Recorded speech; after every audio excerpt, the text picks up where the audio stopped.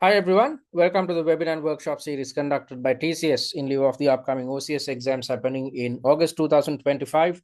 My name is Nick and I'm the lead tutor and evaluator for OCS at TCS.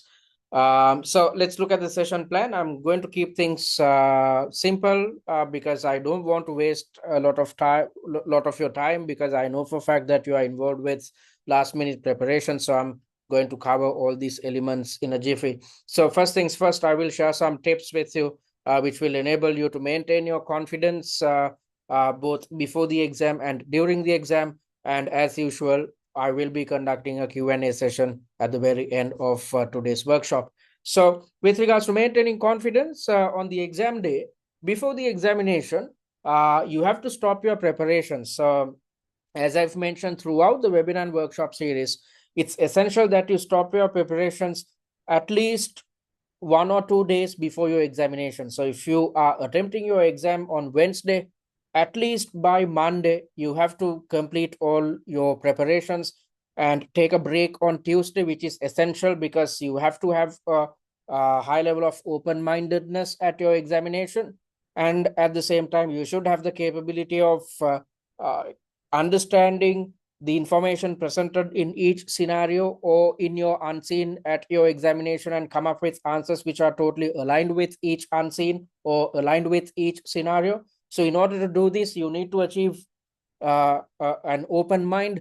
And the only way to achieve an open mind is to be calm and composed both mentally and physically. So with that in mind, you have to at least stop your work a day prior to your examination. You have to take a break a day before your exam. If you can take 2 days off, then that's great. So as I mentioned earlier, if your exam is happening on Wednesday, at least you have to complete all your preparations by Monday, take a break on Tuesday, and walk into your examination. So it's essential that you rest your mind and body in the upcoming, days leading up to your examination, because the examiner expects you to be calm and composed. Because if you are calm and composed before the examination, then you will handle pressure in the most efficient manner at your examination. However, when you look at 99% of the students out there, right before walking into the examination, there's a tendency for them to go through mock exams, the theory notes, there are study texts and whatnot, which should not be the case, because the examiner is trying to replicate a real life corporate environment. So in a real life corporate environment, you should consider that you are walking into office on a Monday. It's as if you are walking into office on a Monday. So when you are walking into your office, if you have to function properly, you should be well rested towards the weekend. So if you were up till late, if you were exposed to extreme levels of stress, if you were exposed to fatigue, then you cannot function properly on a Monday at office. So similarly, at this examination, since the examiner tries to replicate a real life corporate environment, you have to make up your mind to rest before your examination. That's why I'm asking you guys to take 1 or 2 days off before your exam. And do not refer to any study material, mock exams, or answer plans when you have ceased preparations. When you're taking a break, be honest to yourself. Don't go through any study material. Simply spend time with your family members. If you are into watching movies, you can do so, or you can carry out any type of leisure time activity. Other than that, I don't want you to go through any study material, any mock exams or answer plans, because by now you should have completed all these things. So if your exam is or happening on Friday, for instance, there will be a tendency for you to keep preparing until Thursday. Don't do it. You have to complete all your work at least by Wednesday. From Wednesday onwards, don't do anything if you're attempting your exam on Friday. And in these final days leading up to your examination, it's essential that you think that you're the finance officer at Halfpenny, because if you really think that you are playing this role, then you will come up with appropriate evaluations at your examination. You will come up with the best type of answers, because when you believe that you are actually doing this role, you will develop answers which are totally aligned with each requirement, which is totally aligned with unseen info. If not, if you try to remember what the type of questions you saw when attempting mock exams, and if you try to develop answers which are not based on the unseen, which includes novel information, or if your evaluations include information or arguments which are not aligned with your scenario or your unseen, you are not going to pass this examination. So that's why I want you to take a break. And that's why I want you to start thinking that you're actually playing this role. If so, you will come up with the best type of evaluations, considering only the information presented in your unseen at your real examination.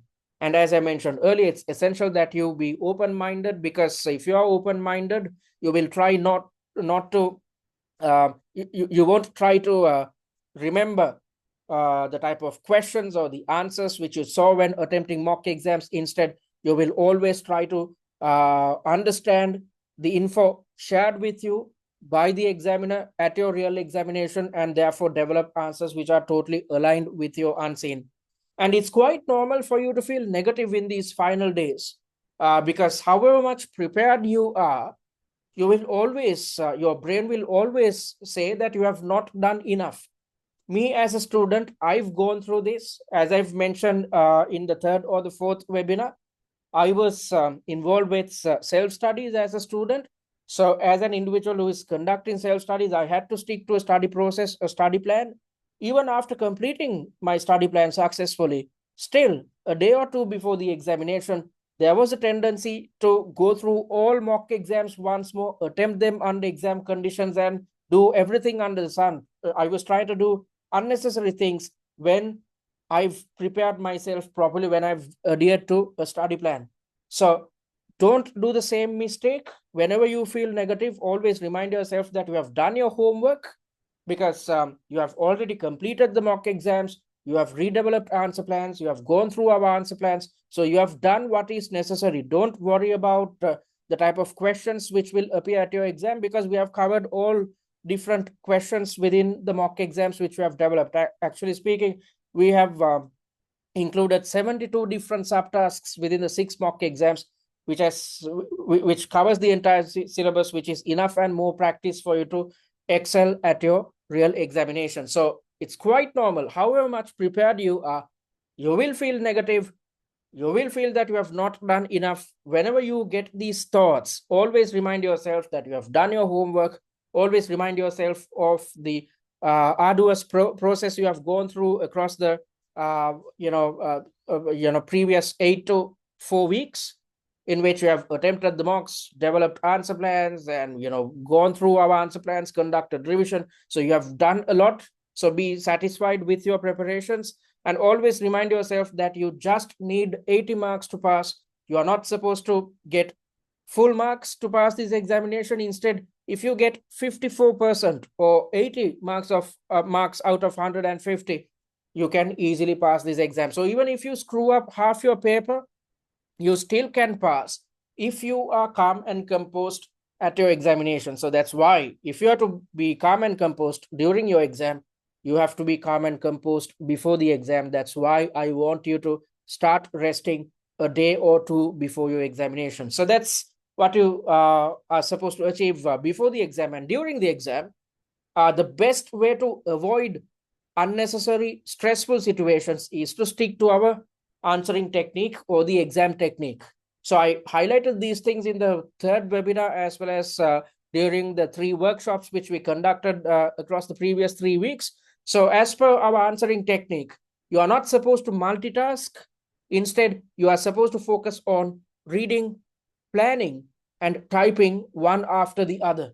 So as I mentioned in the 4th webinar, when you are operating in a time pressured environment, when you try to multitask, it is not going to be fruitful, because when your brain is under stress, don't stress it once more by trying to multitask under a time pressured environment. Instead, it's essential that you allocate 5 minutes to read, then dedicate 20 minutes to develop the answer plan, and dedicate the remaining time to type out your answer.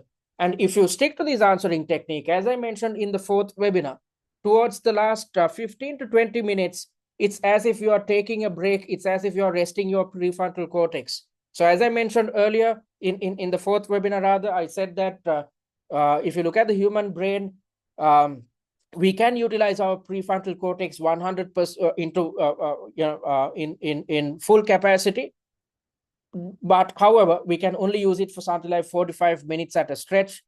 And once you have utilized your prefrontal cortex for 45 minutes, your brain will ask you to take a rest. So when this is the case, you cannot take a rest at your examination. So it's essential that you stick to this answering technique, which you have practiced when attempting mock exams at your real exam as well. Because if you do so, you are utilizing your prefrontal cortex fully in the first 25 minutes when you're reading through the scenario and when you're developing the answer plan. But in the final 20 minutes of each section, it's as if you're taking a break, because you need not really think. You have already thought out your answer.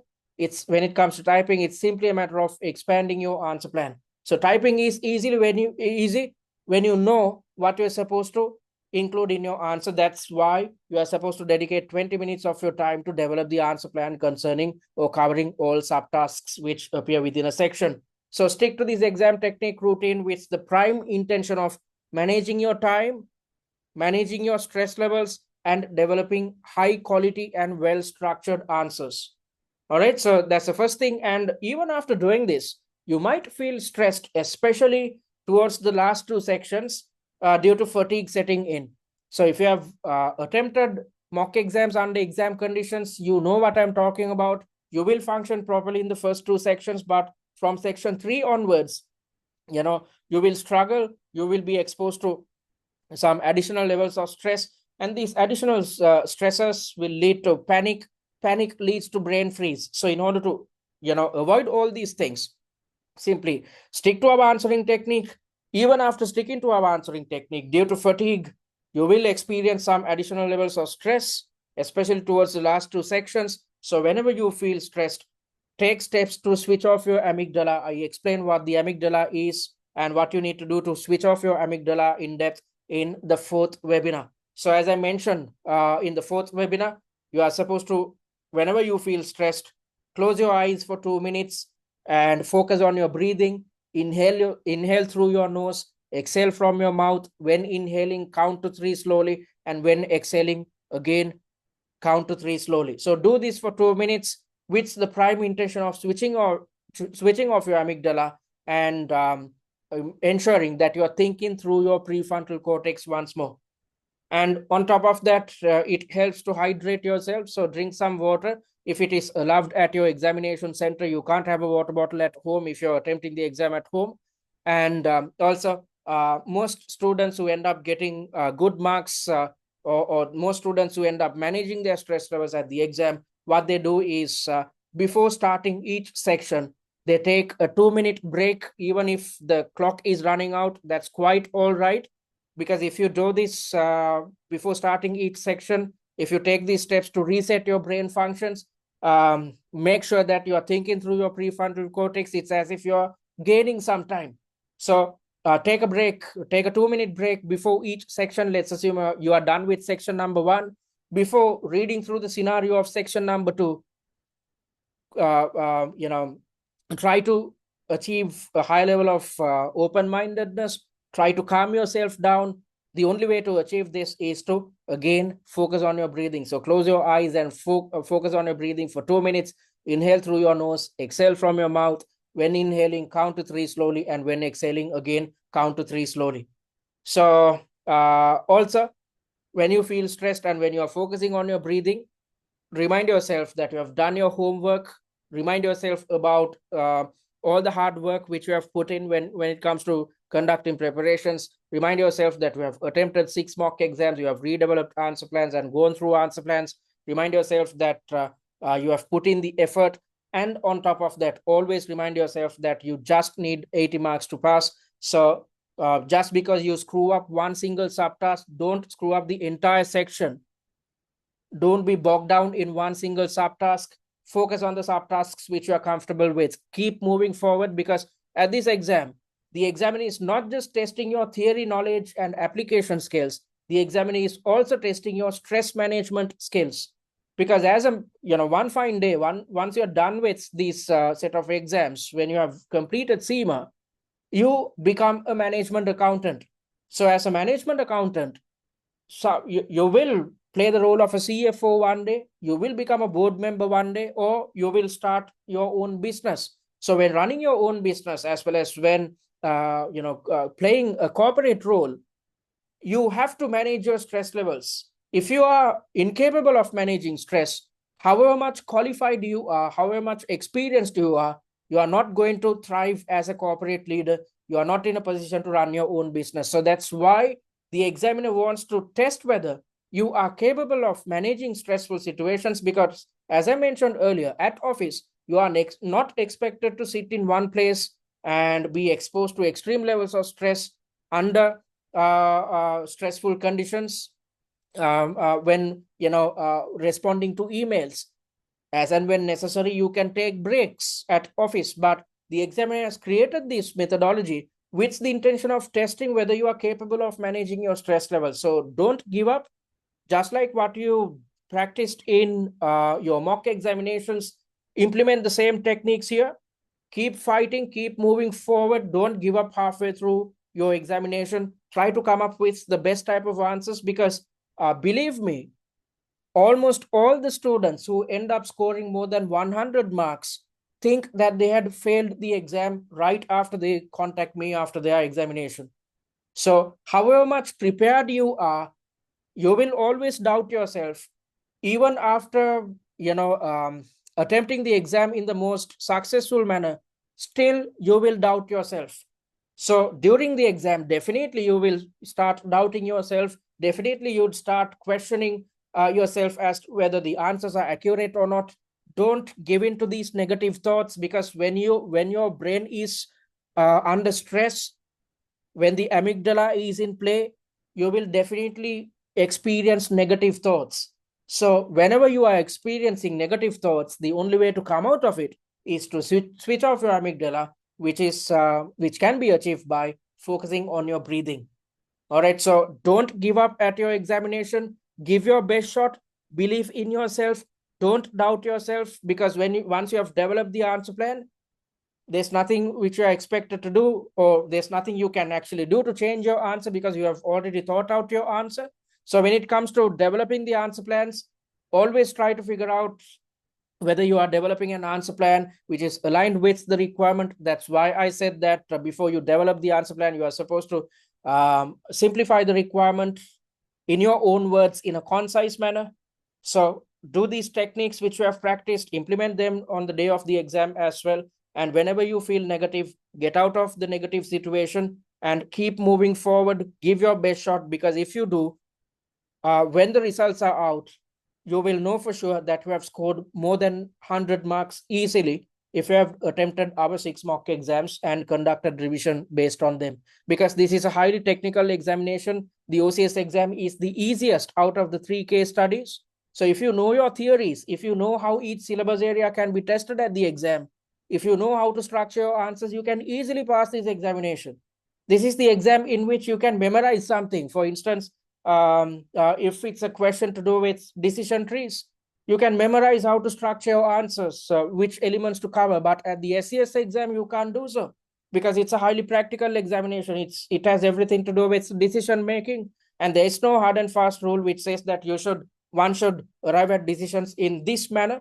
Instead, human beings come up with various different decisions, and such decision making capabilities, since they are not tested at the OCS exam, since this is intended to test your theory knowledge, if you have done your work, if you have gone through the 6 mocks and conducted revision, you need not worry. You will doubt yourself definitely at the exam. This happens due to fatigue setting in, especially towards the last 2 sections. Don't give in. Keep fighting. Keep moving forward, because as I mentioned earlier, even if you screw up half your answers, you can still pass this exam, because you just need to score 80 out of 150 or 54%. All right, so that's what you're supposed to do during the exam. So practice what you did when attempting our mock exams. All right, so folks who were calm and composed both before and during the exam can easily pass the OCS examination, as I mentioned earlier. So our highest scorer last time was Jonathan, who ended up scoring 109 marks. So this same individual, right after the exam, called me and said, Nick, I think I screwed my paper. I think I will have to sit in August once more. And what I told him was, okay, everybody says that. So let's wait until your results are out. So now go take a break. You have gone through an arduous process. Go take a break, spend some time with your family or your friends. Go hit a pub. That's what I told Jonathan. And just like I said, when the results were out, this guy was amazed to see that he had scored 109 marks, which indicates the fact that he has nailed the examination without even knowing that he had nailed the exam. So that's why we achieved a 95% pass rate in the last sitting. So you can achieve a similar feat if you stick to the techniques which we have taught you via the webinar and workshop series which we conducted across the past 8 weeks. And on top of that, if you take steps to manage your stress levels before the exam and during your real examination. Okay, so having said that, I'm going to move to the Q&A. So if you have any questions, last minute concerns or queries, you can raise them now. I'm going to pause the recording. All right, folks. So thank you very much for those questions. I hope I addressed everything properly. So as I mentioned earlier, be positive, be calm in order to pass your exam comfortably. So if you want to contact us in these final days, you can do it via our website, which is www.study@tcs.com, or simply drop us an email via info@study@tcs.com. Or if you need instantaneous guidance, drop us a message on WhatsApp, because then I have access to WhatsApp via this number, so I can directly get in touch with you rather than you emailing our admin staff and waiting until they revert with information rather. So, and on top of that, I hope you have followed us on our social media handles, especially YouTube and TikTok. And via TikTok, as you know, you would have gained access to 6 TikTok videos, which is a good pre-seen mind map. So in these final days, keep watching these TikToks to keep yourself reminded of the most important points which can be tested at the examination. And it's best practice to read through our blog post so that you are all again reminding yourself about the most important elements concerning your industry and the internals of Halfpenny. So having said that, I wish you the best of luck. Thank you very much for joining our weekly webinar and workshop series across 8 weeks. I hope I shared some techniques with you, and I hope you will practice the techniques which you learned via these webinars and workshops and implement them at your examination. Don't worry, this is the easiest paper out of the 3 case studies, so you can easily pass this if you are calm and composed, if you're not panicking before the exam. So take steps to rest yourself, both mentally and physically, in these final days.